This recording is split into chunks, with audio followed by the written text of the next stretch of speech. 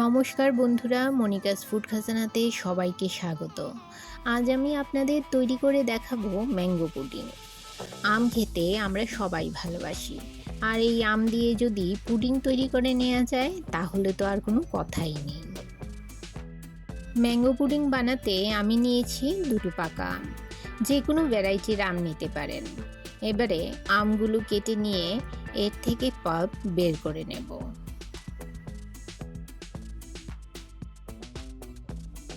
এভাবে একটা চামচের সাহায্যে আমের পাল্প বের করে নেব। এই ম্যাঙ্গো পুডিং বানাতে বেশি উপকরণ লাগে না। ঘরে থাকা সামান্য কিছু উপকরণ দিয়ে খুব সহজেই বাড়িতে পুডিং তৈরি করে নিতে পারবেন। আমার চ্যানেলে নতুন বন্ধু হয়ে থাকলে চ্যানেলটি সাবস্ক্রাইব করে পাশে থাকা বেল আইকনটি প্রেস করুন আর নোটিফিকেশন অল করুন পরবর্তী ভিডিওর আপডেট পেতে। বন্ধুরা, আপনারা যারা আমার চ্যানেলটি সাবস্ক্রাইব করে এখনও পর্যন্ত আমাকে সাপোর্ট করছেন তাদেরকে অসংখ্য ধন্যবাদ। আর যারা নতুন বন্ধু অবশ্যই 24 ঘন্টা অপেক্ষা করবেন। 24 ঘন্টা পর আমি আসবো আপনার চ্যানেলটি ভিজিট করে আপনার পরিবারের সদস্য হওয়ার জন্য। সমস্ত আমের পাল্প বের করে নিয়েছি। এবারে একটা মিক্সি জারে পাল্পগুলো দিয়ে দিলাম, আর এতে দিয়ে দিলাম হাফ কাপ পরিমাণ চিনি ও দিয়ে দিলাম সামান্য বিট নুন। এবারে এর একটা স্মুথ পেস্ট তৈরি করে নেব। আমের পিউরি তৈরি হয়ে গেছে। এবারে একটা পাত্রে নিয়ে নিলাম 500 ml গরুর দুধ। এর থেকে 100 ml দুধ একটা বাটিতে তুলে রাখব। বন্ধুরা, রেসিপিটি ভালো লাগলে অবশ্যই একটা লাইক করুন। আপনার একটা লাইক পৌঁছে দিতে পারে আমার রেসিপি আরও বহু মানুষের কাছে। এবারে যে দুধটা আমি তুলে রেখেছিলাম তাতে দিয়ে দিলাম 4 চামচ কর্নফ্লাওয়ার। কর্নফ্লাওয়ার দিয়ে দুধের সঙ্গে ভালো করে মিশিয়ে নিতে হবে, যাতে এর মধ্যে কোনো লাম্পস না থাকে। দুধের পাত্রটা গ্যাসের চুলায় বসিয়ে দুধটা ফুটিয়ে নেব। দুধ কমে 500 ml থেকে 250 ml হয়ে গেছে।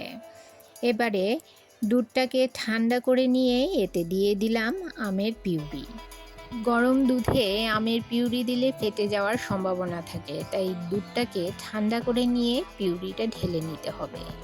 এবারে ভালো করে মিশিয়ে নিয়ে গ্যাসের ফ্লেম লো করে মিশ্রণটা ফুটিয়ে নেব। আমের মিশ্রণটি ফুটতে শুরু করলে দিয়ে দেব গুলে রাখা কর্নফ্লাওয়ার। অল্প অল্প করে ঢেলে নেব আর মেশাতে থাকব। পুরোটা কর্নফ্লাওয়ার গোলা জল একসঙ্গে ঢেলে দেবেন না, এতে কর্নফ্লাওয়ার জমে যাবে।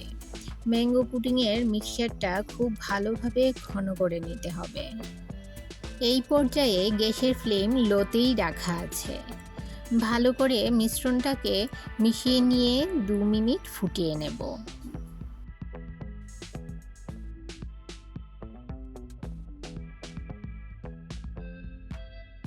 পুডিংয়ের মিক্সচারের ঘনত্বটা একদম পারফেক্ট হয়েছে।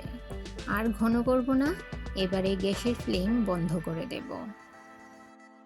একটা বাটি নিয়ে নিলাম, এতে সামান্য তেল ব্রাশ করে নেব।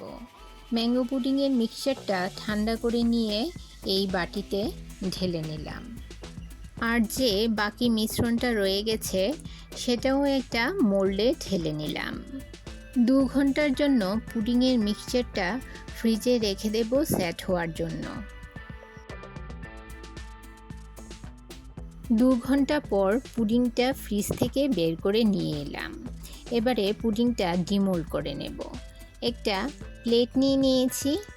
এবারে প্লেটের উপর বাটিটা উল্টে দিয়ে এভাবে হাত দিয়ে একটু প্রেস করে ঝাঁকা দিয়ে আমি পুডিংটা ডিমোল্ড করে নেব।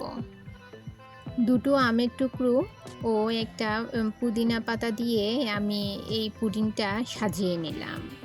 বন্ধুরা, রেসিপিটি কেমন লাগলো আমাকে অবশ্যই কমেন্ট করে জানাবেন। আর আজ এই পর্যন্তই। আবার দেখা হবে আরেকটি নতুন ভিডিওতে নতুন রেসিপি নিয়ে। সবাই ভালো থাকবেন, সুস্থ থাকবেন।